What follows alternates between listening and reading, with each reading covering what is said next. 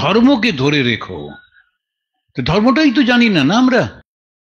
আমাদের কথা হচ্ছে আকাশ থেকে একজন আসবেন, তিনি এসে বলবেন এরকম হয়েছে এরকম, ওইগুলো আমরা খুব পছন্দ করি।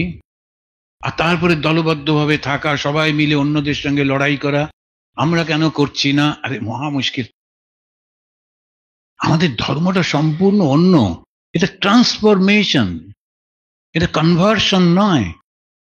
কনভার্সন যেটা হয়, তারা কি করে নিজেদের চিন্তাগুলো অন্যর উপরে চাপিয়ে দেয়, করতেই হবে, বাধ্য তুমি। কিন্তু না, এটা ট্রান্সফরমেশন। রিলিজিয়নটা মানুষটাকে ধীরে ধীরে দেবতা বানিয়ে দেয়।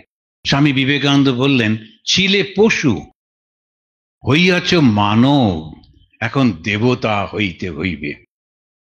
তা আমরা কারা এখন? মানব। পশু বলে কোনো ডাউট নেই না? তো ঠিক আছে। পশু হচ্ছে কারা জানেন তো? লেজ থাকতে হবে, শিং থাকতে হবে, তা কিন্তু না। পশু হচ্ছে ভীষণ স্বার্থপর, যারা শুদ্ধ স্বার্থপর, সব সময় আমি আমি আমি আমি করবে।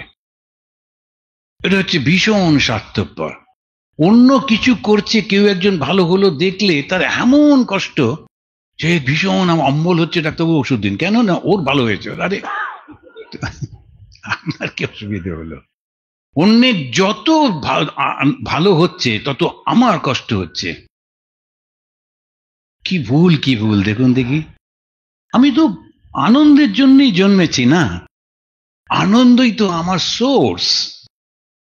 এখানে উপনিষদে পরিষ্কার পরিষ্কার বলছে, কার থেকে সৃষ্টি হয়েছে তুমি? আনন্দীব, আনন্দ থেকে। ইমানি ভূতানি জায়ন্তে। বেশি পড়তে হবে না, কয়েকটা জিনিস জানলেই ধর্ম সম্পর্কে আমরা জেনে যাই। এত সুন্দর এই যে ধর্ম সম্পর্কে এত সুন্দর করে আমরা তখন কি করছি? ভগবান শ্রীরামকৃষ্ণ স্থাপকায় চ ধর্মস্য। তার আগেই তো হিন্দু ধর্ম ছিল, খ্রিস্টান ধর্ম ছিল, বৌদ্ধ ধর্ম ছিল, ইসলাম ধর্ম ছিল। তাহলে কোন ধর্ম পালন করতে এলেন? আমাদেরকে ঠিক ঠিক ধর্ম যেটা সেটা বোঝাতে এলেন। সদাচার, তারপরে স্মৃতি, বেদা। বেদ কি বলছে? সত্য বলছে। কি সেই সত্য?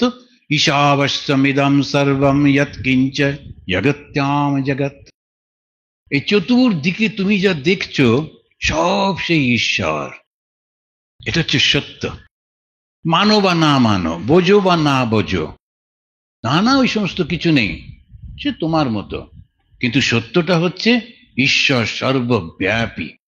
যেই মুহূর্তে সেটা জানলাম, তখন কি হলো? আমার মধ্যে ঈর্ষা থাকলো না, হিংসা থাকলো না। কি জেগে উঠলো? ভালোবাসা। তাই স্বামীজি আর একটা কথা বললেন, বললেন শ্রীরামকৃষ্ণকে LOVE, মূর্ত রূপ। তো ভালোবাসাই ধর্ম।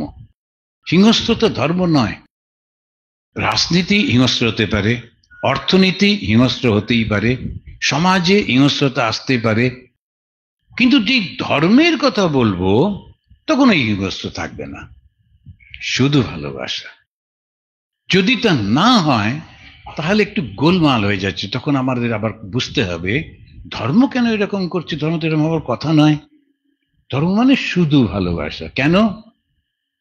ওই যে ভগবানকে আমরা দেখি, উনি হচ্ছেন সেই ভালোবাসা।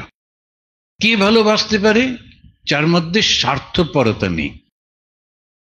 স্বার্থপরতা থাকলেই আর আমি আলাদা করে ভালোবাসতে পারবো না। সেই জন্য স্বার্থপর হবে না।